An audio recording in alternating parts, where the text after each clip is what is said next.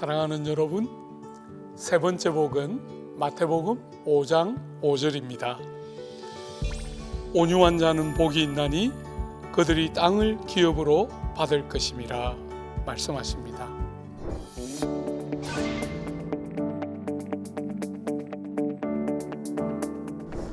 자신의 죄를 알고 애통해 본 자들은 온유한 자들이 됩니다.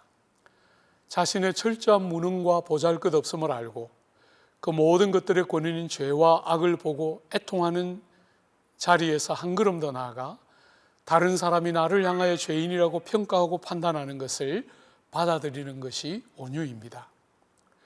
사람들은 본능적으로 다른 사람들이 자신에게 하는 평가에 대하여 붕괴하기 쉬우며 다른 사람이 자신을 정죄하는 것을 받아들이기를 기뻐하지 않습니다. 그래서 자신이 먼저 스스로 정죄하여 다른 사람이 나를 죄인이라고 부르는 것을 허락하지 않곤 합니다.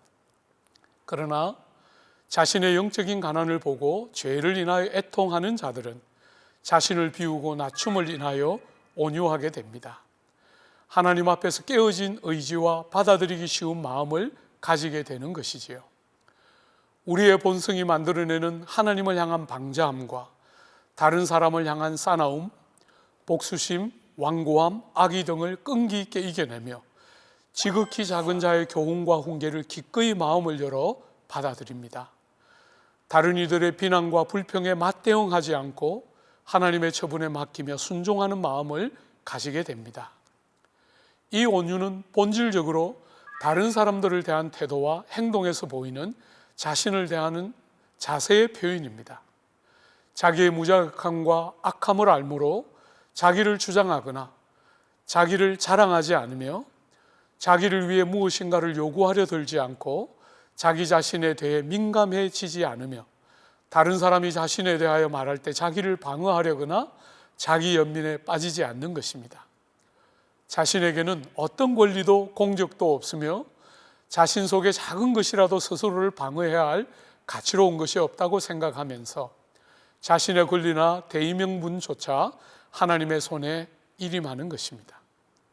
온유함은 단순히 삭삭하고 사귀기 쉬운 사람을 의미하거나 소극적이고 무기력한 어떤 기질을 말하는 것이 아니라 겸손하고 부드러우나 동시에 강인한 것을 의미합니다.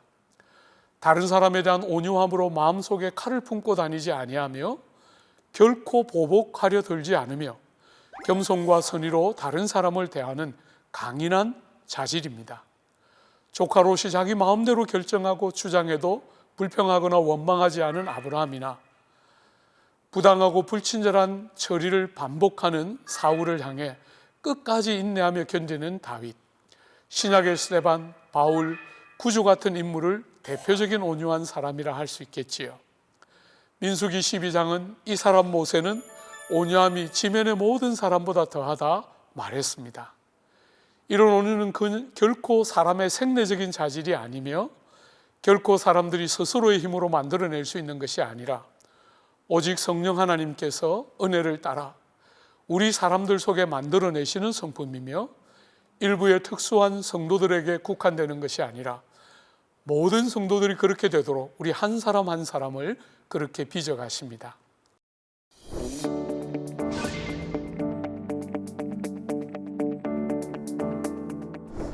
사랑하는 여러분, 이런 온유한 자에게 임하는 하나님의 복이 참 재미있습니다.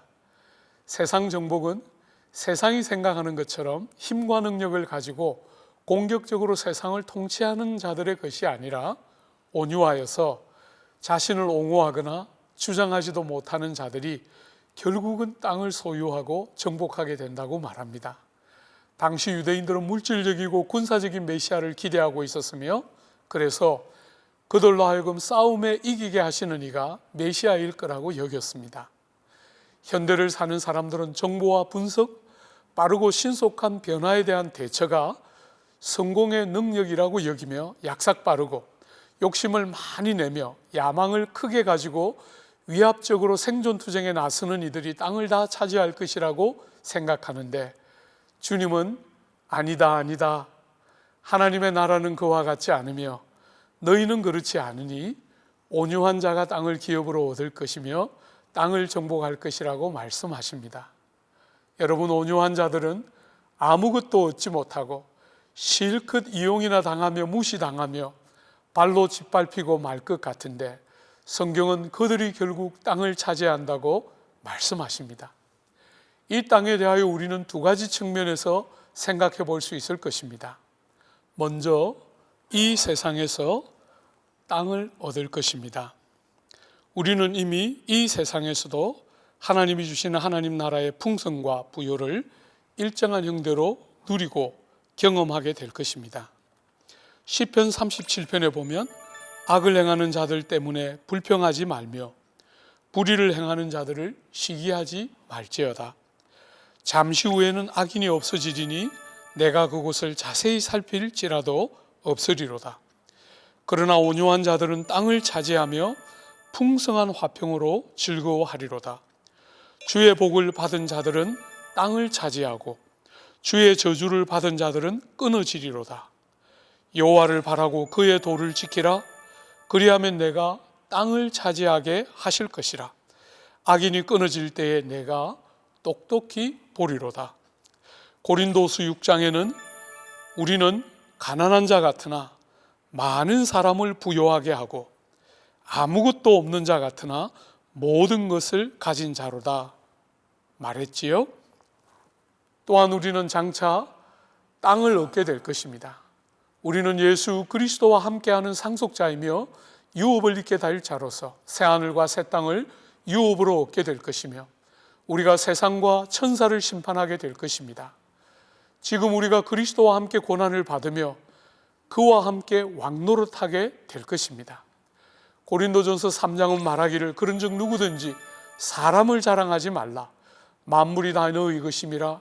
바울이나 아볼로나 게바나 세게나 생명이나 사망이나 지금 것이나 장래 것이나 다 너희의 것이요 너희는 그리스도의 것이요 그리스도는 하나님의 것이니라.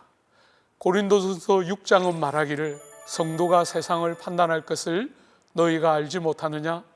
세상도 너희에게 판단을 받겠거든 우리가 천사들을 판단하는 것을 너희가 알지 못하느냐?